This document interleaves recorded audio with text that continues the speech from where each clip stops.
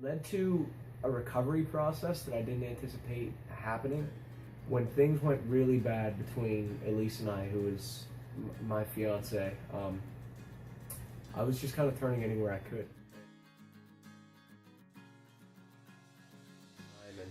And the more I got to talk to people and the more they got to see what I went through, the more they would tell me, I can't believe that you keep getting knocked down and getting back up. And I don't think my story is necessarily worse than some people's. I'm sure they have much worse, but it definitely has a little bit of a twist where instead of folding and keep, continuing to fold, I just want to have a tendency to keep getting back up.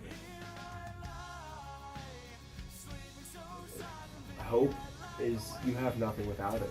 It's the most important thing in anyone's life, in my opinion.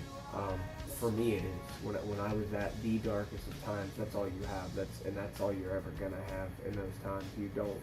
You literally don't believe there's something possible beyond what you're going through. What it taught me more than anything, what I really want to talk about with people, is the ability to forgive, the ability to accept the fact that it just wasn't what she wanted. And as bad as it hurt and as dark as it got at times, I knew that there would be a day somewhere ahead of me that was going to be better than where I was at that time. And it was dark and it was bleak, and at the same time it taught me that I can overcome anything I want to overcome. I want to be emotionally fearless. I want to be inspirational. And I want people to see that. I bought 100% into it. And that was the idea that love does. And the idea behind the book is you do things because of love. You don't say things, it's nothing without the act of actually doing it. And more than that, it makes you do things. It forces you into situations you never thought you'd be in. It puts you in San Diego when you never thought you'd be there. It sends you to a random college because that's what you want to do. And more importantly than anything else, it makes you just want to say yes. What would a person do that really believes in humanity and what we should do for each other, and what would be, in my eyes, the most honorable as a human being to do?